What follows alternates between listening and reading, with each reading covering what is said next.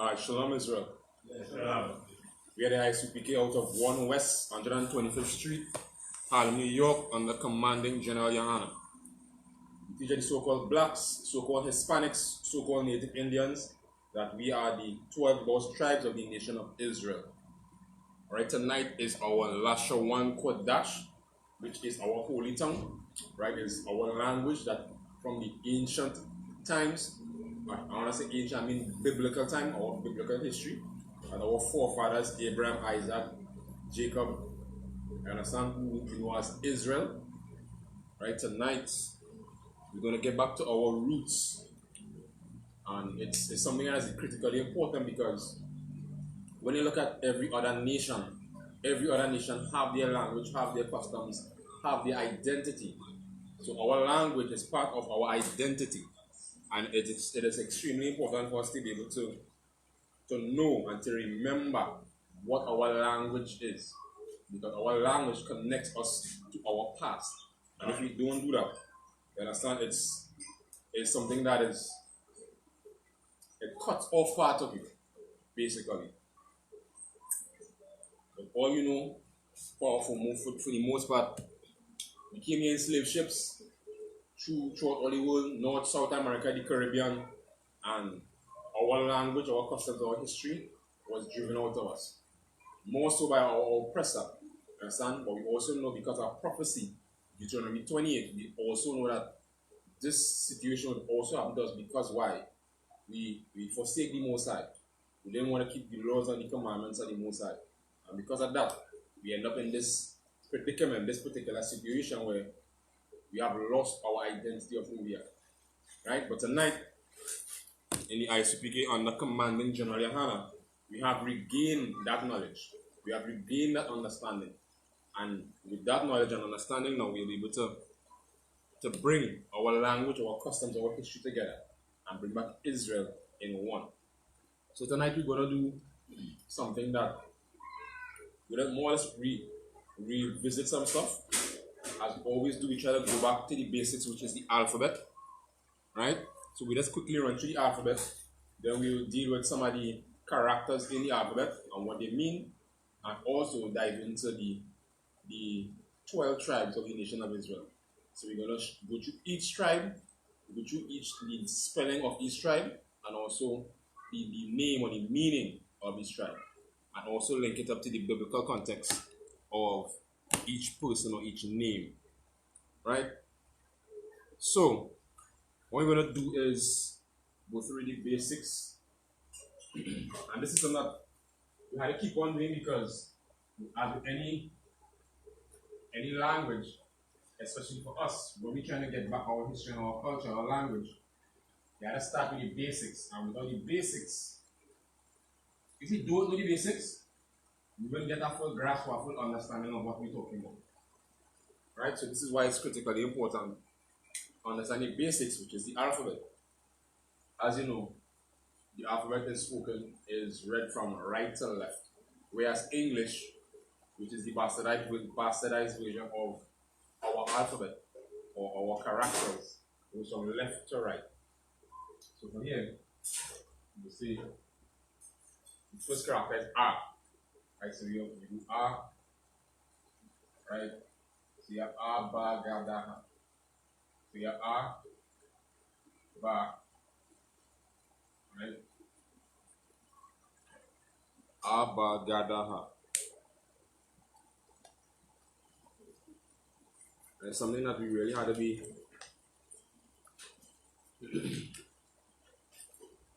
conscious of, right?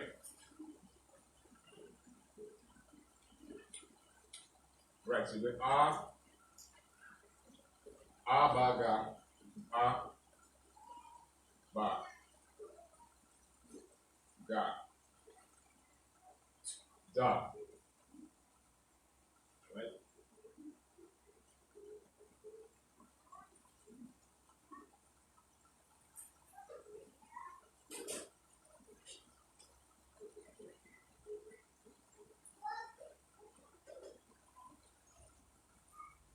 Waza.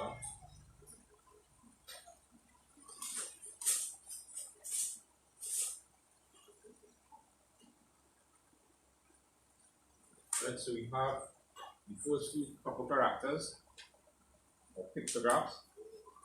It is A, Ba, Ga, Da, Ha, Waza, Ka. Right? Now, it's not Ka as in K, but Ka. You gotta bring it kind of like, you gotta bring it from in your throat. So it's Ka. A, Ba, Ga, Da, Ha, Waza, Ka. And you have Ta. Waza, Ka, Ta. Right? Then you have Ya.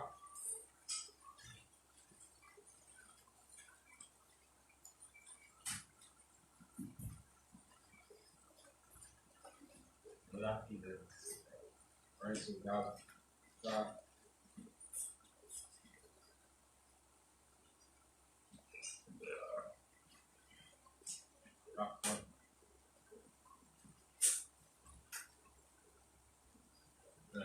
This La, Ma,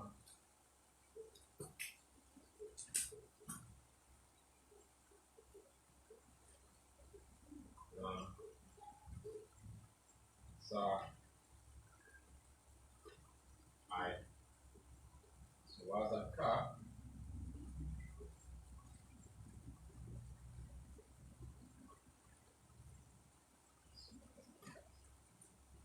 Sa,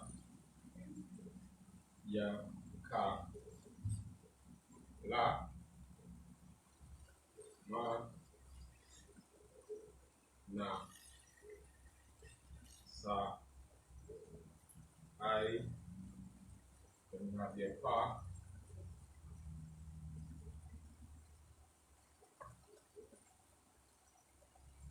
Then you have Taza, Kwa,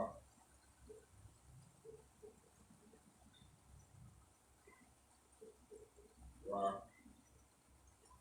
Sha, Sa.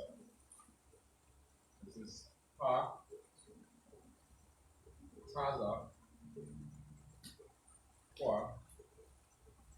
Or the space there. You need to get easy.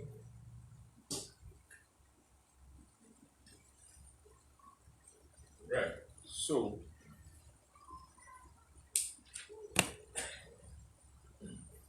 again, basics with the alphabet. You have A, Ba, Ga, Da, Ha, Wa, Za, Ka, Ta, Ya, Ka, La, Ma, Na, Sa, I, Pa, Taza, Kwa, Ra, Sha, Ta. So this is the basics or the basis for the whole body of the Hebrew language.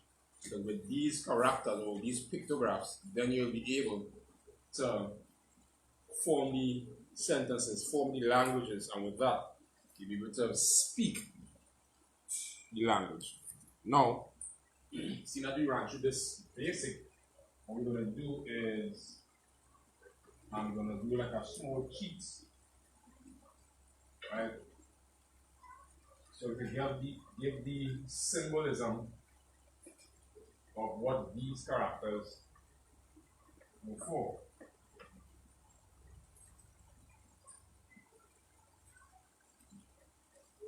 So that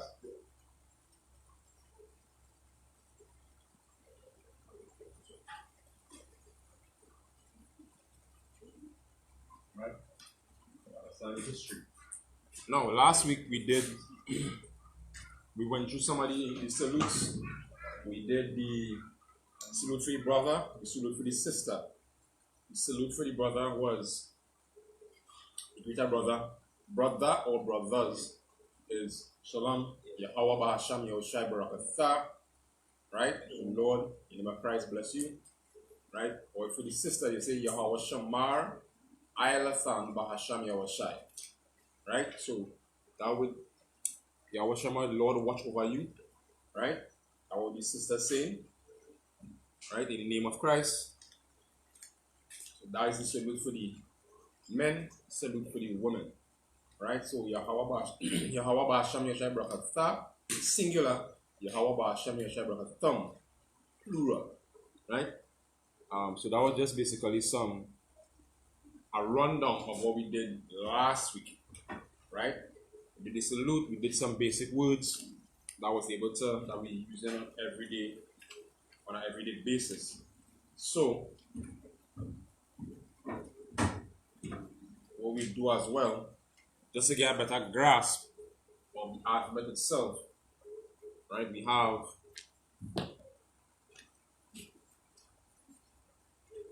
each character or each character has a particular meaning.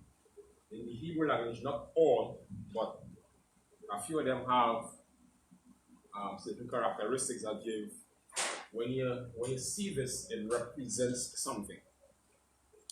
So, for instance, we have the a, the ba, ga, da, right? Ha, wa, za, ka. So, in remembering what each character was, the a in this case, or the character a, represented an ox. If you look at the character properly, you'll see like the shape of a bullhead. You will see like the head, the horns, and have like the two ears. So if you look at how you look at an ox, some people would say a cow, similar type species, you would see and look at it almost like upwards or from above. It will actually look just like how this character is, right? So that actually represented an ox. And what are oxes synonymous for? What? Oxes are like horns. Mm-hmm. Yeah, the oxes have horns. But in terms of, when somebody see an ox, what usually comes in their mind? What? Observe power. Right? Some people say you're strong like an ox. And that's something that, that is even a local thing we just use. I don't know how much people outside of agriculture, outside the world use that term, but we just say, boy, you strong like an ox, boy. It represented power. Or it could also represent authority. Right? So in this case, the A, which usually represents an ox, right? Represents power, right? And authority. Right? Power and authority. So that's the A. Right? So we're just going to run through this. This is just like a basic rundown because we did this already, but it's always good to do this as a refresher to really keep it solid in your mind. So this is what we have to go. So you have the A, which represents the ox. Right? Then we have the A, we have the ba. Now, looking at the ba, which is this character here, does anybody like some of them old Western movies? You have all brothers, the Qadash, the Apache Indian, they have their tents. If you picture how their tents are, their tent would look, something very similar to this. Look like a triangle. But in this case, picture the tent, but like this would be like a kind of front part or like a yard. Right? So you're watching it in that particular avenue. Right? So this will represent a tent. Right? So ba represented a tent.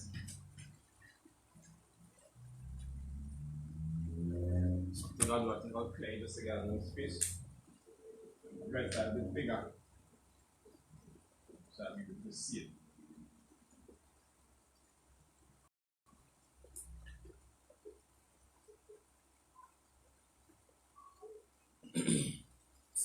So the bar represented a tent. And not just a tent,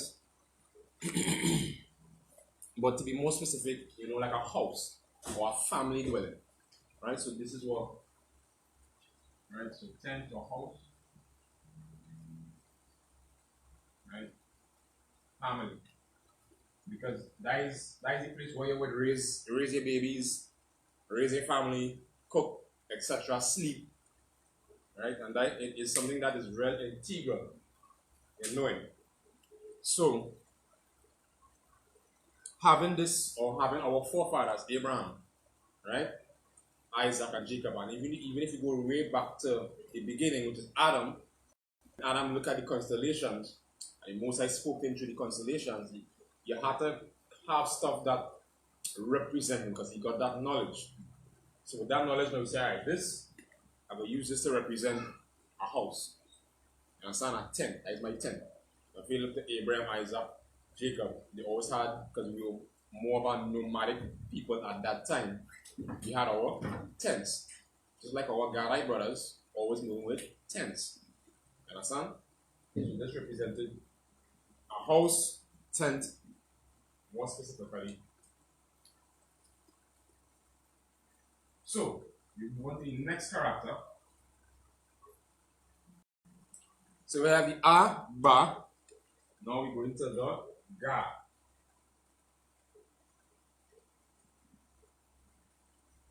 So, for those who can remember, now, what I didn't do before, this is the ancient Hebrew, and we have to write the Assyrian. Right, so then this start with the Assyrian with this. So this is the ancient, right, and this is Assyrian. Right? Ancient and Assyrian. And when you look at this here, who remember the Lucasade man? You understand? So just imagine, you used to call this, well, most people know that stick man. You know him as the Lucasade man because, you know, the stick man was a character for Carnival.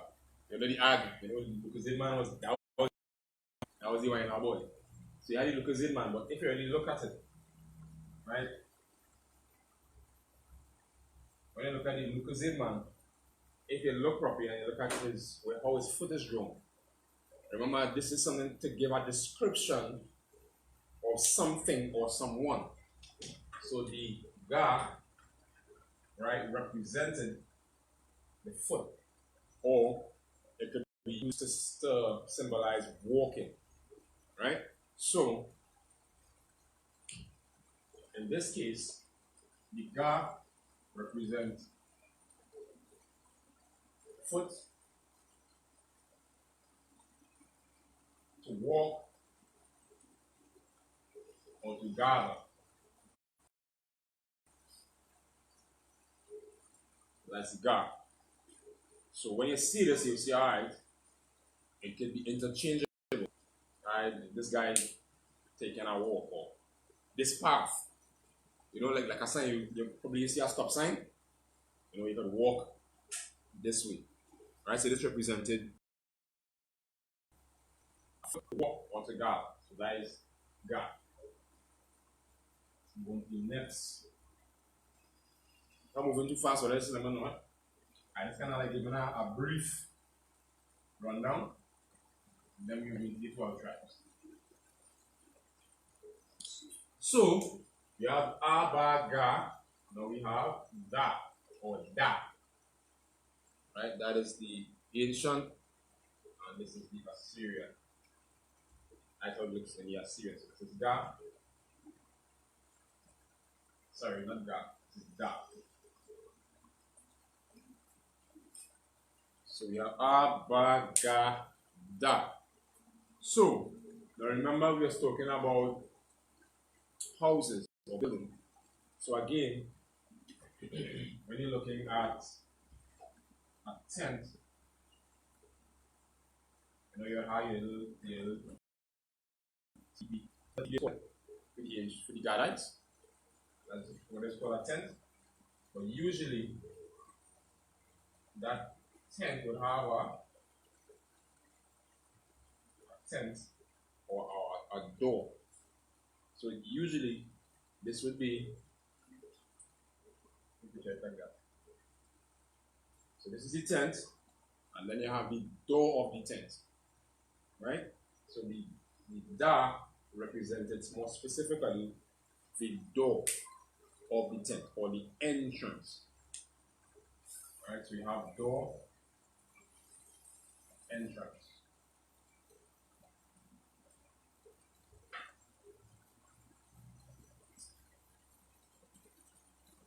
So this is the da. Abagada.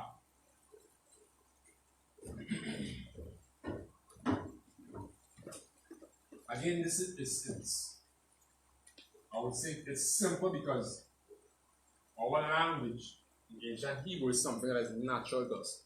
As I said in previous classes, it's natural in its primitive state from a baby or a child. So even a baby is actually speaking Hebrew when it's born.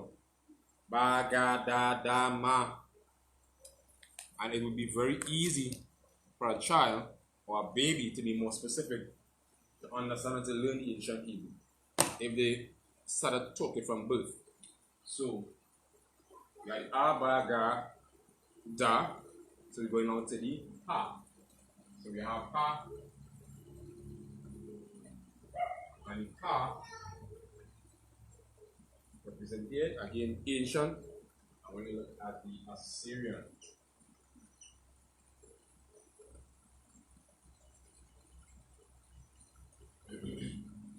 so anybody remembers what the ha represents? First of all, it's looking like what? A back to front F. Most cases, right? It looks like a back to front F. But if you really look at it and get to understand the symbolism, if you look at a man's arm with fingers, and then you'll see, okay, my arm reads like this, and your fingers. So this actually represents a man's arm raised, right?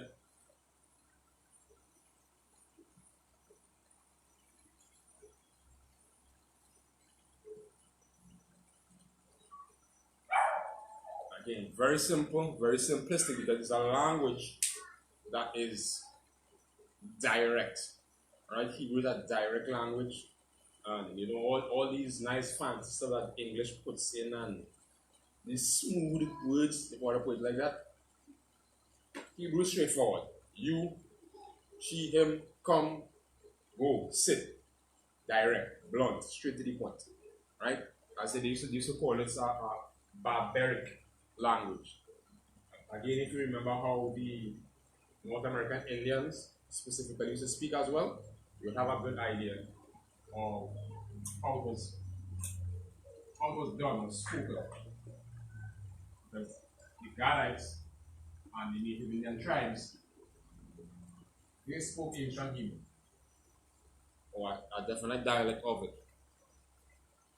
So we have Abagadaha Wa.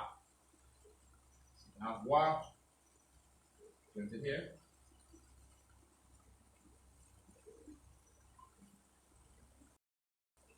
So that's Wa. And Wa represented, if you look at it, it looks like, well, without the third sprang, like this, they would say like, maybe like a pitchfork. But in this case, this represented a crutch. So you just imagine, cut a piece of wood, break your leg, and you want to get something to support yourself to move. So you have one piece coming up here, like this, and this is your crutch, and you're walking. So this represented, you know, what we call a peg, or a crutch, right? Peg, crutch. Really, really easy. Again, it's something that we do even today, as I said before, in other times, we have emojis. And emojis is like one of the perfect analogies you could use now, right? You will use different type of emojis for to mean different things. You have all the different type of facial characters. Then you would have other body part characters that would represent something. So that is just the basics of it. So, Awa,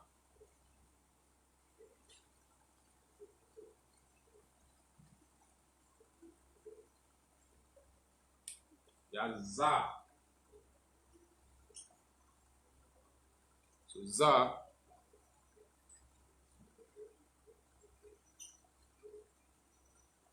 is looks very similar. Oh, that's where in so-called English got the letter Z, right? As we know, ancient Hebrew is ancient Hebrew.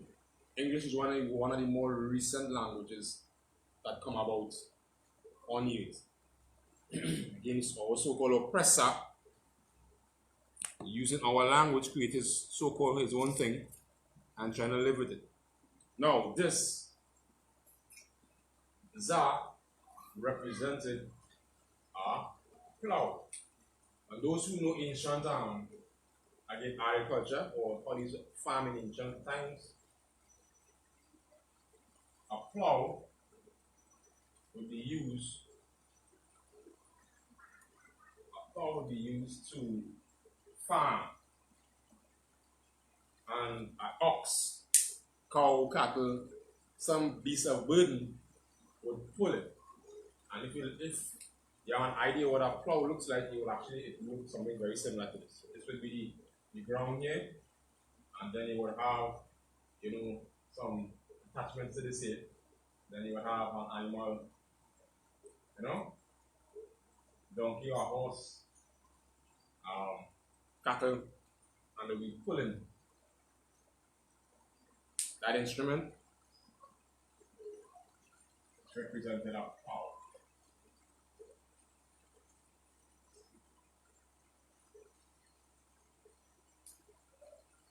So that would be Za. Bagadaha Waza. Now we have Ka.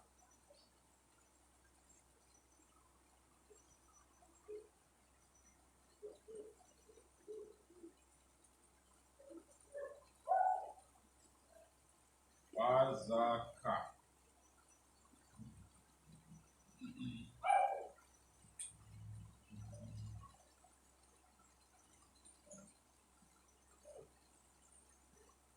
Was the Ka.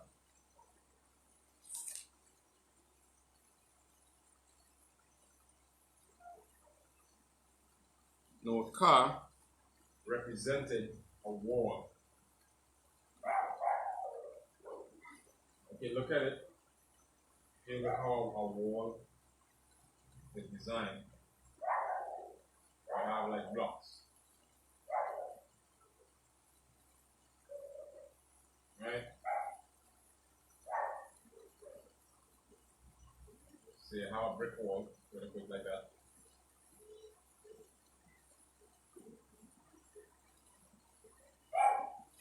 So Ka represented a wall. Waza Ka Ta. Next character. You'll have this down, right? Good.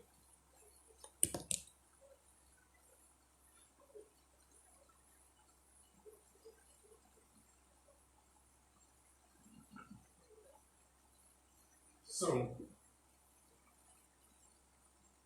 let's have a few more. After that, we'll go into the 12 tribes. We have Ta.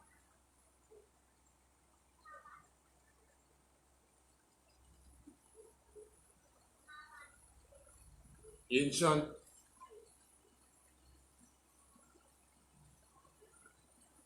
Syrian.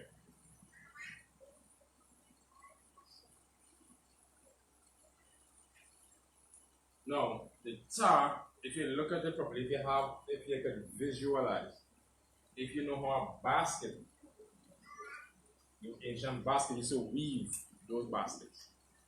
And before you're weaving, you just have a base. Right? But if you that is like from the top view. But if you look at it the bottom view, you will see, basket will look like something like this. But the basket will kind of have that brace. to keep it solid, keep it firm. For those who know about that craft, right? So a tar represented a basket.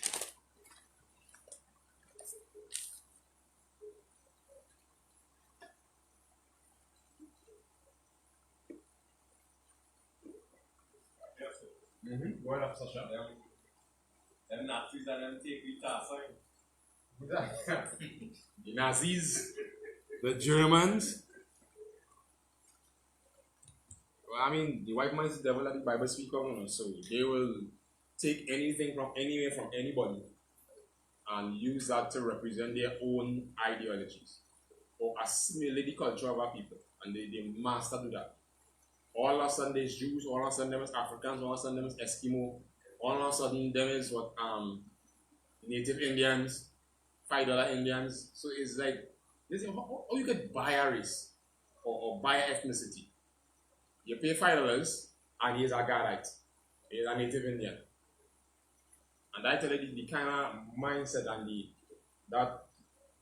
craftiness of our oppressor. Yeah, going on. Most of who are again that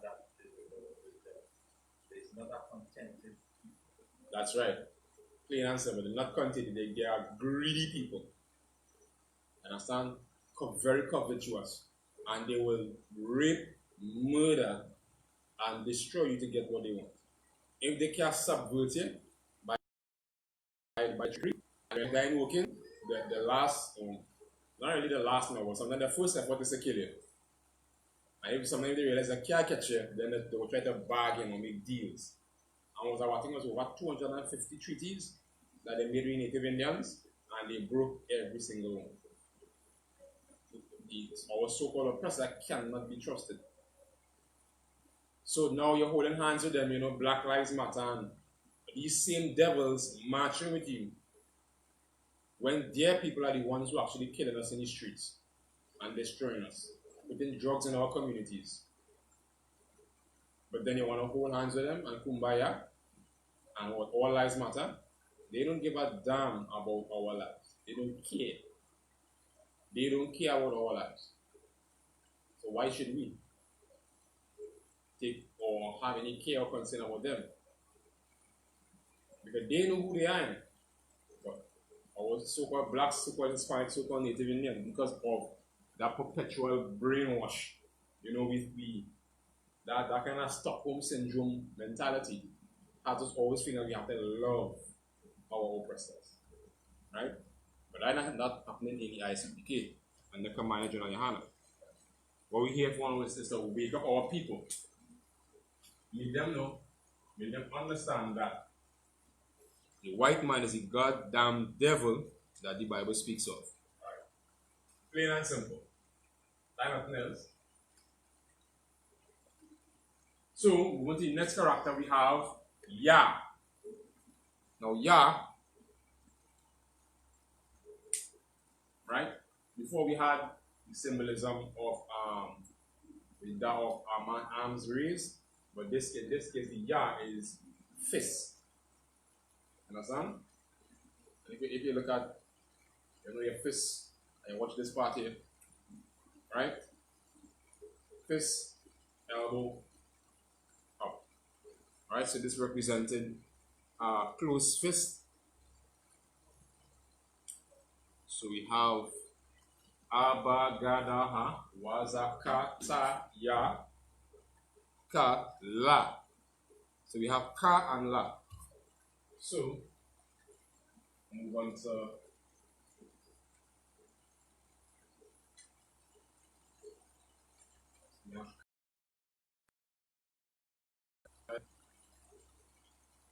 probably adding this one. Speed with La. Right, so the ancient for the car is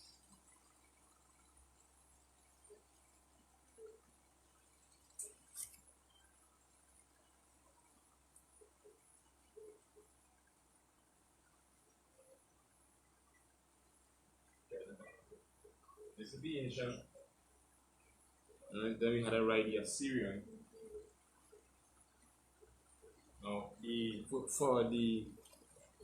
for car, there are two characters. One is used, right? This one is used when you're using car in the Assyrian.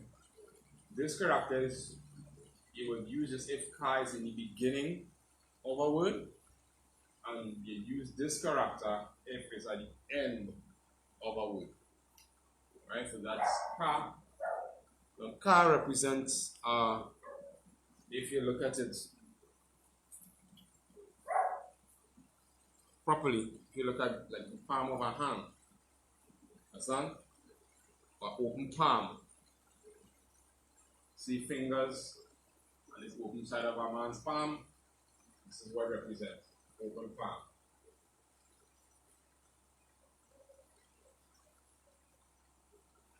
So that's ka. Now we have la. And la really represents a shepherd staff. Right, so this is the ancient, I'm going to do the Assyrian.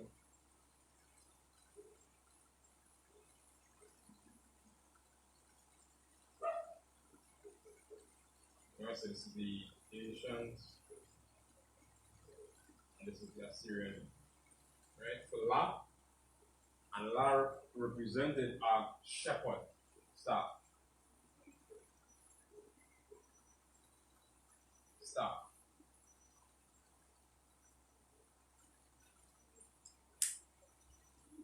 So we have ka representing the open palm of a man's hand, this, and la representing a shepherd staff.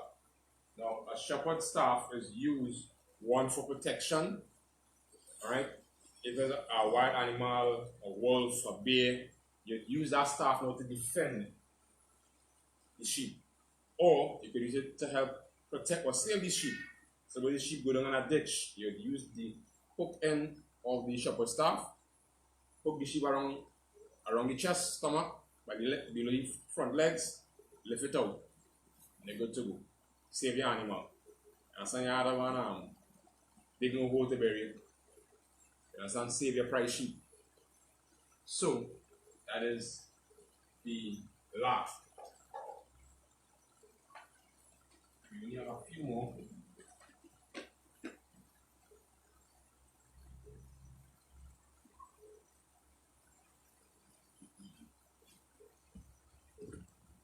So we have la.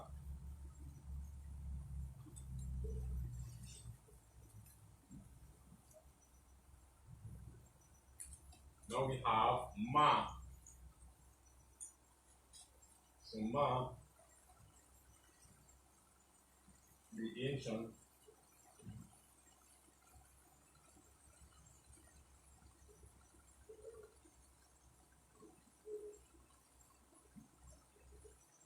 right, so this is the ancient and this is the Assyrian.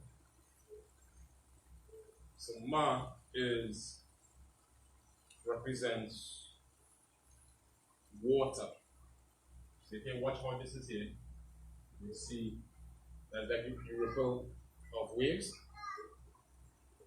that represent water.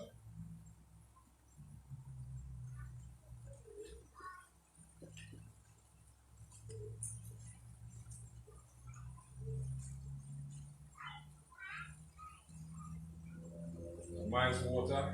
Then we have ma, we have na.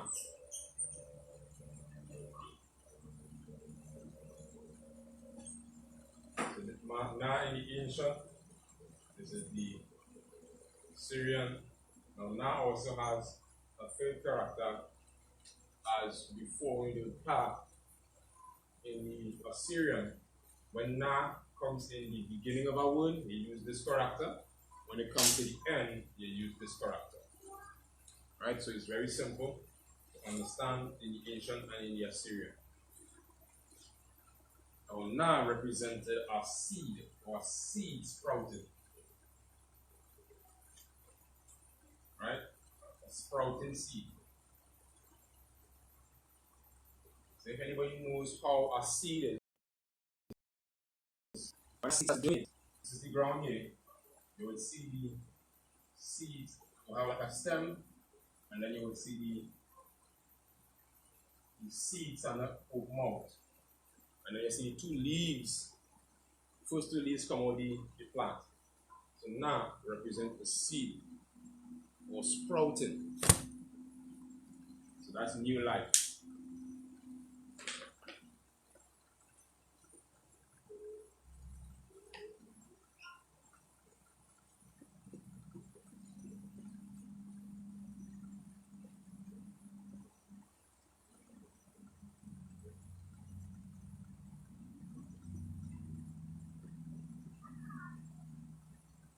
So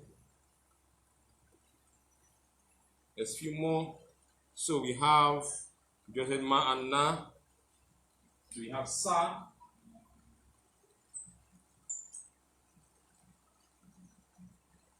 So if you look at sa.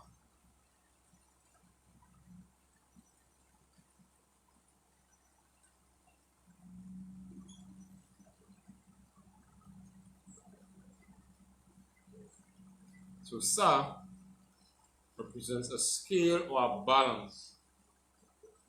Scale, you look at it, right? A balance is also underneath a scale. A scale, a balance, right? It can also mean to grab, the heat, and protect.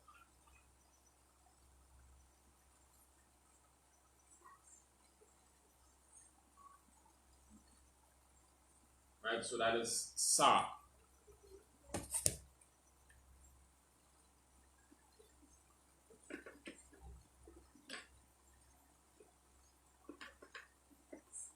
Right after the last two.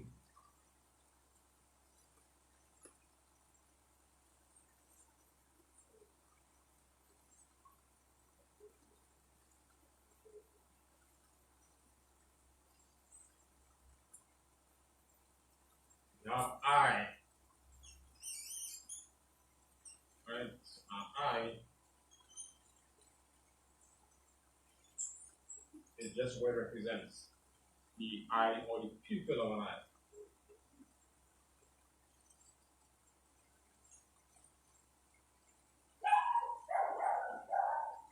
Look at the eyeball, right? This represents the eye or the pupil. Right? Pretty straightforward. And the last character we have here is the pa.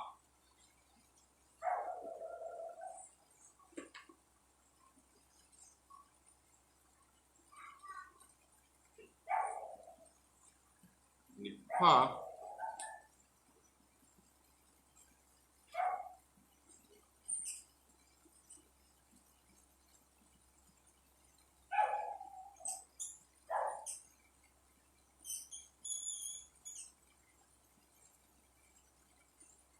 this one also has two characters size for the Assyrian. Again, it's used. This one is used when pa is at the beginning of a word, and this one if it falls at the end of a word. And pa represents a mouth.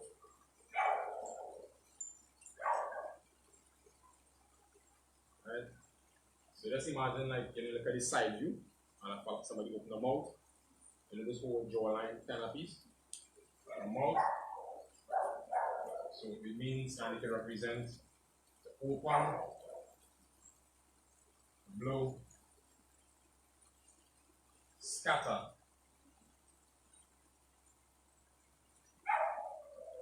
Right? So those are the representations of some of the characters in the ancient Hebrew.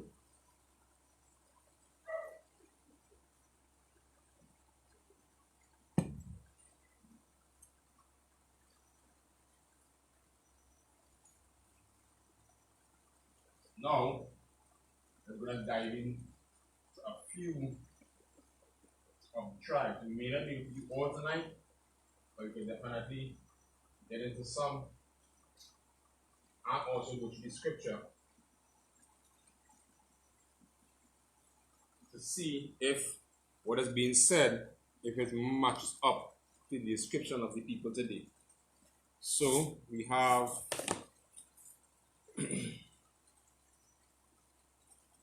the so-called Judites or Benjamites. Right, so another time we'll run through some of the might as well just go through it one time. We'll run through a few more of the characters, the last few. The last one we did was Pa. Then we have Tazakwa. Right, Tazak. Tazak, that is the ancient. Then we have the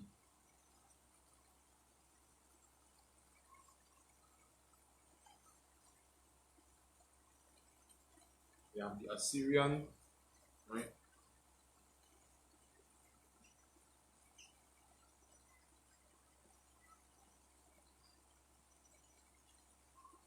Right? Ancient Assyrian. Tazah means, if you look at it, or have a picture of a mountain, this is a mountain, and you have like a trail right up the side of this mountain. Like that. So a Tazah represents a trail.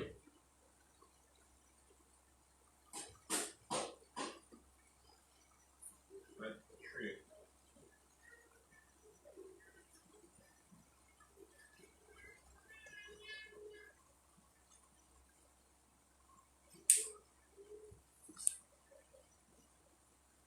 So like Tazah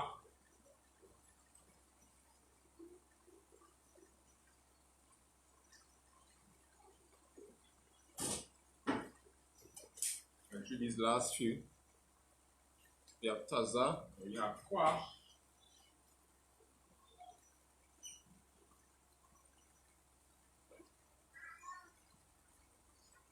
We have Tazah Kwa, we have Ra, we have Shah, and the ancient. So the Kwa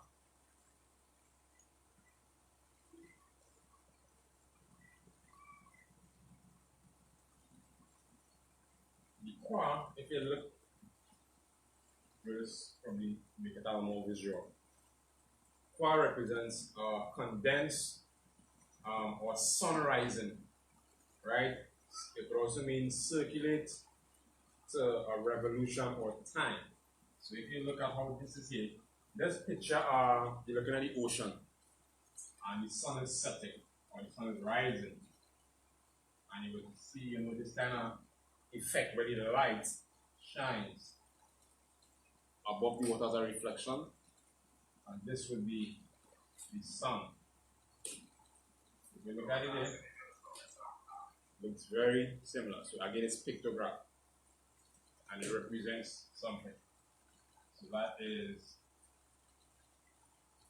Kwa. Ra represents the head of a man. So if you look at the side view of a man, right, you will have the man's head, nose. Just imagine looking at the side view. You have that's it. Plain and simple. So this represents the head of a man, Ra. Shah. If you look at how Shah, it looks like a W from the English, right? When you look at it here,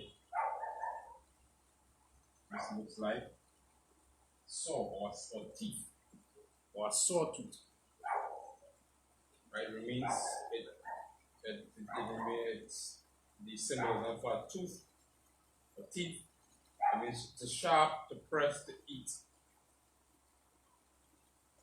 And the last character in this grand scheme of things here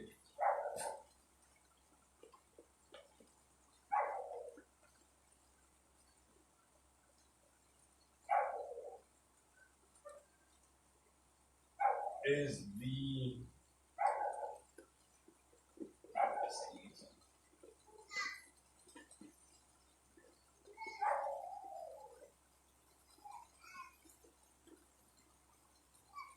last one is the sa.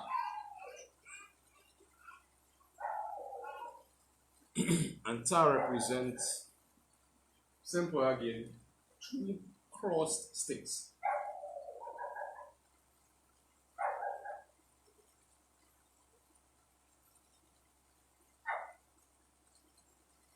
Right, so there are two sticks crossed together. That's what it represents. So the ancient and the Assyrian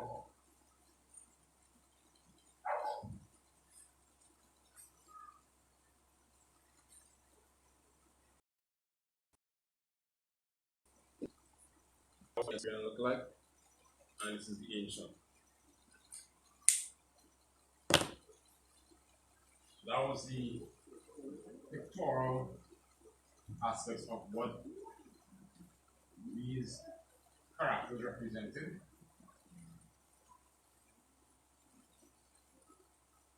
It was more or less a refresher. So we have a little refresher course of who we are. So we tell me the time, but so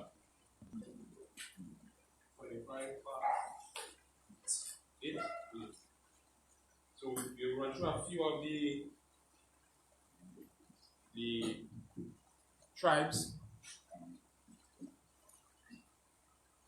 that form the nation of Israel.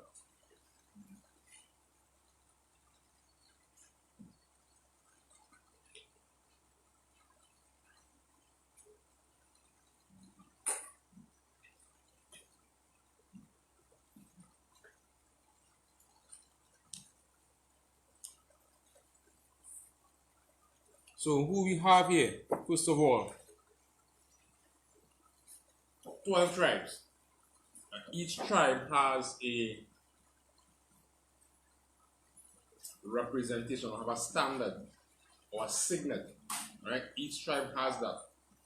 So what we're gonna do now is go through each name, write it down, and then we'll be able to give like a small explanation of what the name actually means. So we have Judah, or in this case, in English is Judah.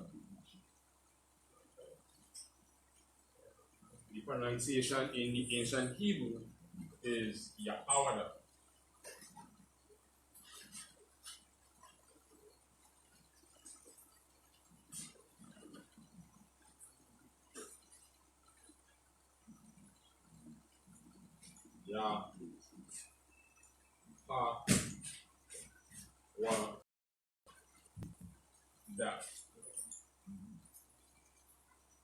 That is how you pronounce or say Judah is Yahawada. Yahawada. Now writing it out in the ancient Hebrew. Again, ancient Hebrew is written from right to left. So we have Yah, Ha, Wa, Da, and we have Aha.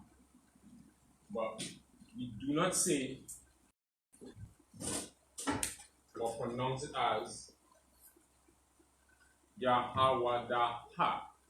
It's Yahawada. And the reason for that is, again, the connectors. We have Yah, Ha, Wa, Da. The Da and the Ha is joined together. So that's how we have it as Yahawada. Right? So Judah is one of the brothers. He's not the first brother. Reuben was actually the first, but because of what Reuben did in the past in disrespecting his father, that the headship more or less rolled over to Judah. You understand? And if you look what his name means, Judah means Yahweh thanks. Right?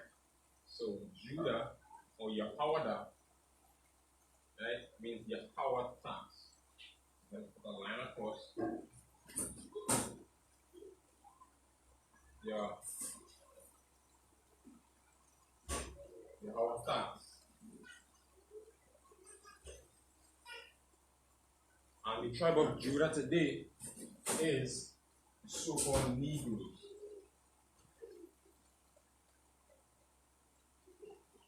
Right? Or blacks. Not to be mistaken for Africans, because we are not Africans. Even though those Hamites would really want to try to claim to be us, but they cannot be us. Let me show me the African Mike Tyson. There's none. The African LeBron James. If we the same people, let me see the African LeBron James. Let me see the African Usain Bolts. Let me see the African Serena Williams. Alright, let's go to music. Let's see the African DMX. You understand? The Whitney Houston. They cannot compare. Because why? We are not the same people. Yes, we have similar features, but we are not the same people. Son, they are Hamites, we are Israelites. Plain and simple. They are the ones who sold us to our so-called oppressor, the so-called white man, and in the whole transatlantic slave trade process, right? The Africans and the Arabs, those Hamites, those are the ones who sold us into slavery, right? But we are not the same people. And if we go into Genesis 49, you'll get a description of who these people are. The so-called Judah, who are the so-called Negroes, so-called blacks, are the so-called Negroes and blacks in America today, right? Those are the ones who we call Judites, the American blacks, right? So-called Judites. If somebody could pull for me Genesis 49, and you will see this. Genesis 49 is the description of obviously, it's a story where Israel is basically talking to all his sons. He's an old age right now. He reached that point where he realized I might go soon. So he's giving a prophecy of what will befall his sons in the later days or in the latter days. So if somebody could pull Genesis 49, I think is around the 8 or 9 verse, where it gives the description of Judah. It's a lion's whelp. Go ahead. The book of Genesis 49 and verse 8. Mm-hmm. Judah, thou art he whom thy brethren shall praise. Right. So Judah is the one who his brethren shall praise. So his brethren or all the other tribes would be the ones who would look up to Judah. You understand? Judah would be what we probably call as the trendsetter to some point. Right? So he would be the one in the forefront. Go ahead. Thy hand shall be in the neck of thy enemies. Well, as you can see, even today, Black Lives Matter, all these protests, George Floyd, the so-called blacks in America are in the belly of the beast, in the neck of the enemy. They live with their enemies, basically. Go ahead. Thy father's children shall bow down before thee. Right, go ahead. Verse 9. Judah is a lion whelp. Lion's whelp. A lion's whelp is a young lion. Right? Go ahead. From the prey, my son, thou art gone up. Right? So just a picture, a young lion on the hunt, on the prowl. So you say, well, this young lion, watching that gazelle, watching that zebra, you know he going to take it. You understand? He have only power, the vitality, the fierceness in that young lion. Go ahead. Isupk approached as a lion Mm-hmm. and as an old lion Right. who shall Rouse. rouse him up. So Judah is like a young lion, but then when it times to take out the enemy, or when it times to get the prey, you're acting like an old lion. That you have is like you have no strength, no power, no willpower to do anything. If you look at almost any old animal, or let's say you could probably bring it more example like a dog. You know, you have a young dog in your yard, barking, you know, real, wanna rush you, wanna bite people. When you have an older dog in your yard, what do old dogs do? He might bark, but he will be like, you know, you go stand up in a corner. You know, he ain't gonna rush nobody. You understand? He don't have the fight. It's like the fight leave. You know? So that is how Judah, if you look at how so-called blacks in America are today, you will realize that we have the power. Martin Luther King, you have all these things where, you know, you have an enemy right there. But when you have him right there, just let him go. Like they separate, for example, like the Martin Luther King, you have the marches, all these things, the bus boycott. You have the tools that are necessary to destroy your enemy, but yet still you integrate and you fall apart. Right? So that is Judah, or Yehowadah in the Hebrew.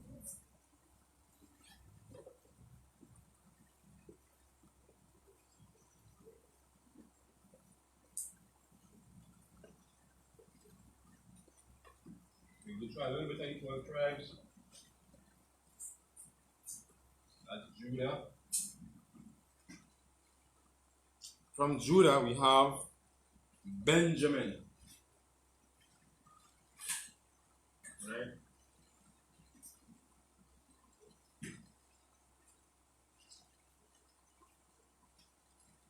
Benjamin, or in the Hebrew, right? Banyamyan.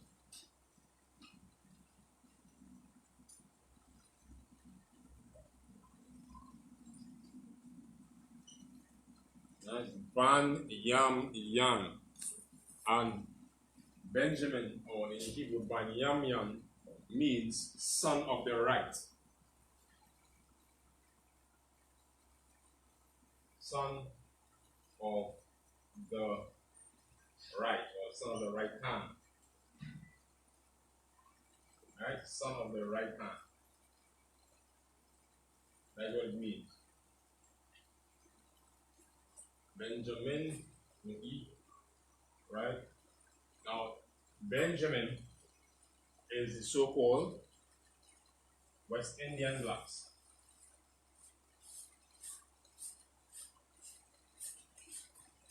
So from Jamaica comes straight down to Trinidad. Well, not all the islands, but the majority of islands, the so-called Jamaicans, so-called Trinidadians, Grenadians, Bajans. It has some of the islands in between, like Puerto Rico, you understand, that represents a different tribe, and Cuba.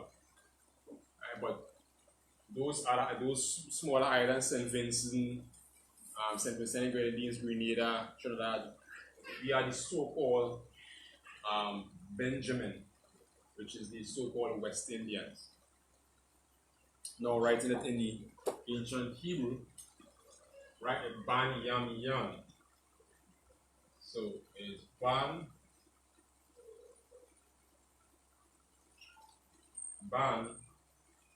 right? Yam.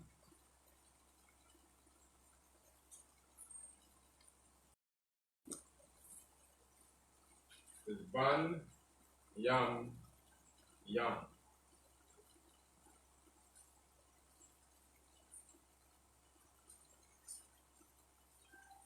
Ban, Yam, Yam. Yeah, Ban,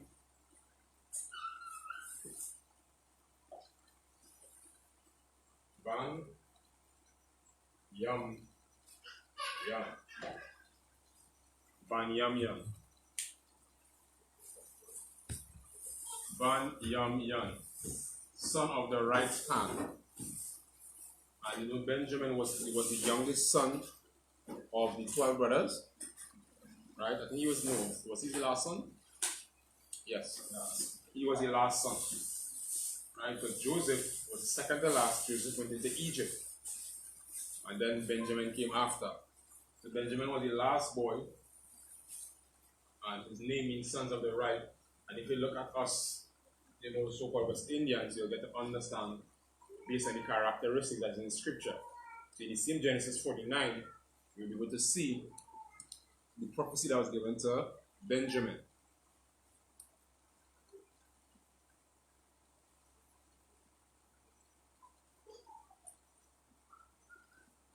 You can read out that prophecy.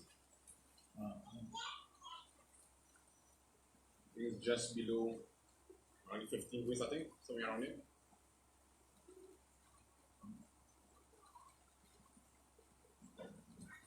Benjamin. This should be a bit lower. I think Benjamin was almost last year. Yeah, right.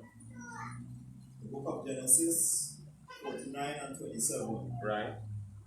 Benjamin shall raven as a wolf. Raven as a wolf. What does that mean? Wolves are vicious.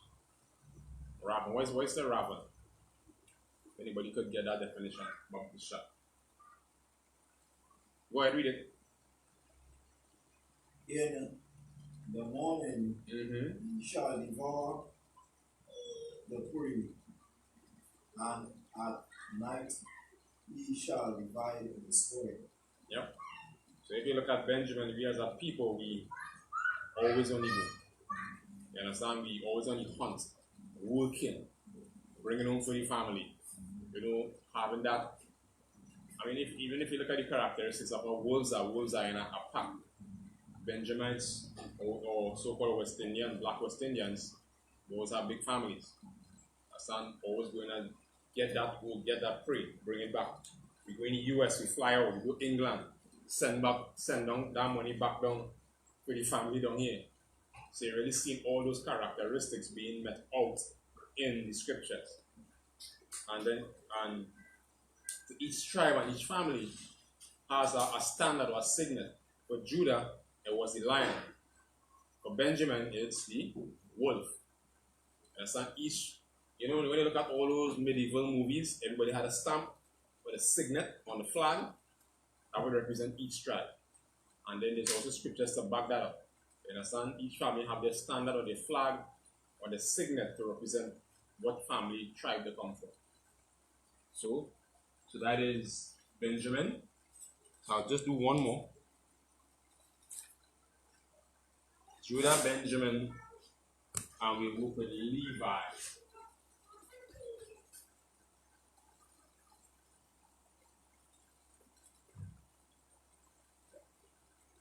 So whilst I'm writing this down, we're going to look for Levi. Let's see what prophecy Levi has with him. So Levi,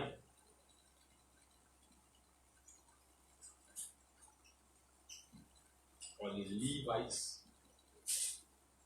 The Levites were the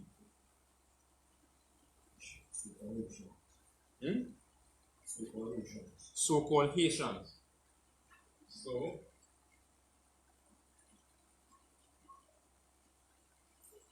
Levites, so-called Haitians, but the Levites were also the priests. They called the priesthood. And what the Haitians are very famous for? For what? Voodoo and Obia. They are extremely religious people. Deeply religious. So much so that they have created this whole new religion, or what we call voodoo. You know, they're very famous for it. So, in the English word, they say Levi, who are the so-called Haitians, today, in the ancient Hebrew, we pronounce it as Loya. So, the Levite was also what? The judges.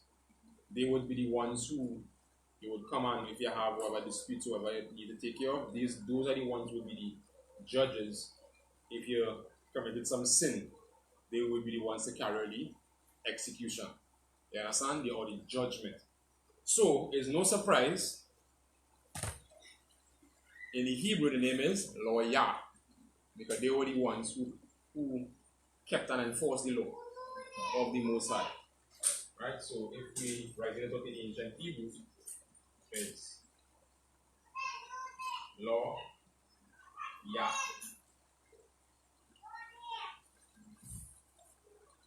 Law, yeah. Right?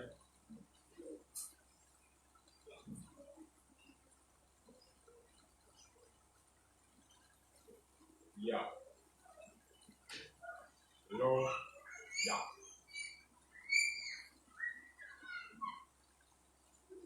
Actually, it's other way around.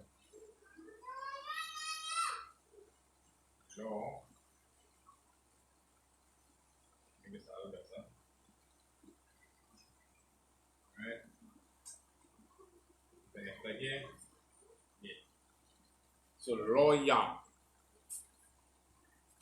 And the meaning of lawyer means joined to me.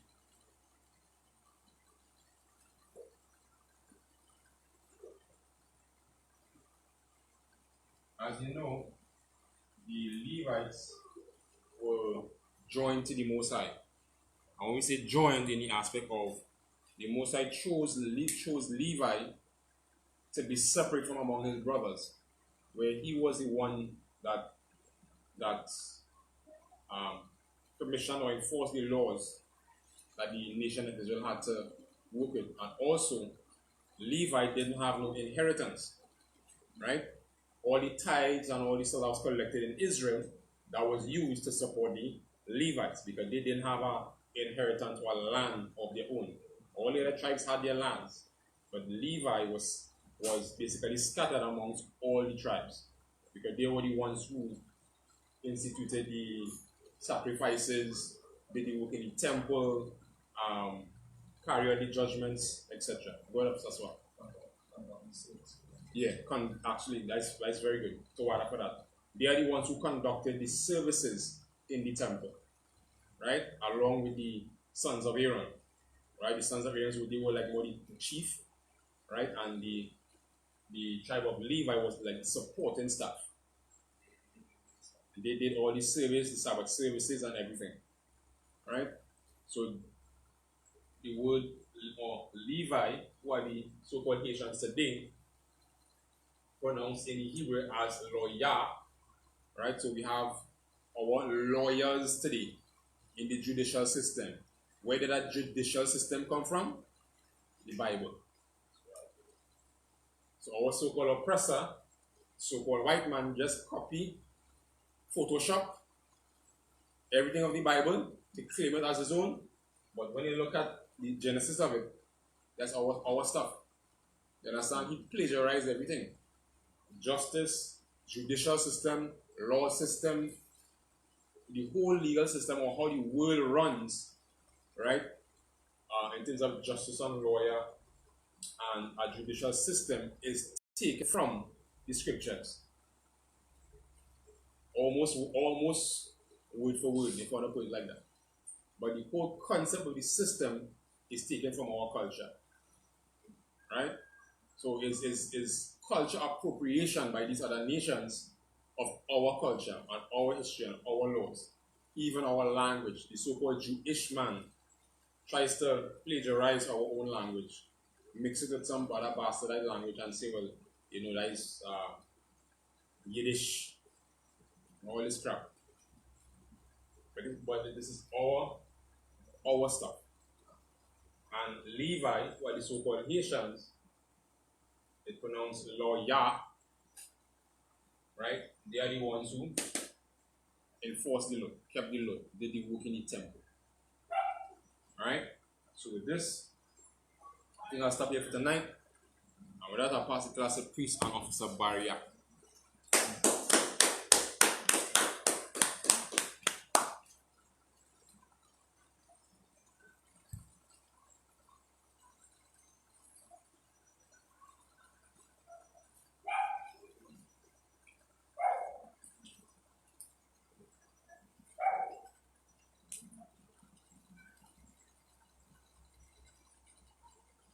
Security announcements. We are the ISUPK out of 1 West 125th Street, Harlem, New York, under Commanding General Yohana. New rules for brothers and sisters. When a brother or a sister comes into the school, they are off limits for 6 months. They are to be saluted only. They are here to shed themselves for good. After 6 months, if a brother or a sister has an interest in a particular person, he or she must get permission from the head to speak to a brother or a sister. There is another 6 months in which the brother or sister will court each other. After this 6-month period, the brother or sister will get permission from the head to marry. Tithes, which is a commandment. You can find this in Numbers 18 and 21 and Malachi 3, 10 to 8. Means tenth in Hebrew and is pronounced Ma'ashera. 10% of every penny of any increase the Lord gives you, you give to the Treasury Department or teacher. Priest fund, free will offering for priests, not mandatory. Whatever amount you would like to give. Upcoming holy convocation. That's the memorial blowing of trumpets. This is September the 17th. You can find that in Leviticus chapter 23 from verse 24 to 25. Right. And of course, the Passover, we await the word from the general concerning that. Remind Aquium and Aquatium to check on social media such as isupk.com, Facebook, Twitter, YouTube, and so on for ISUPK events and materials.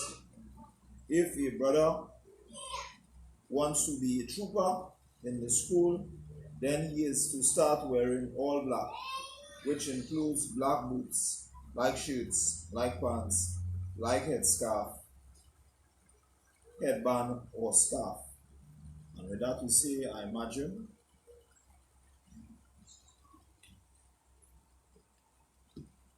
Let's give the teacher one courtesy salute. I'll imagine Shabbat. I imagine Barak. Yahweh Hashem Yahshai Barakatah. Yahweh Hashem Shabakatam. Tajumata. Class dismissed.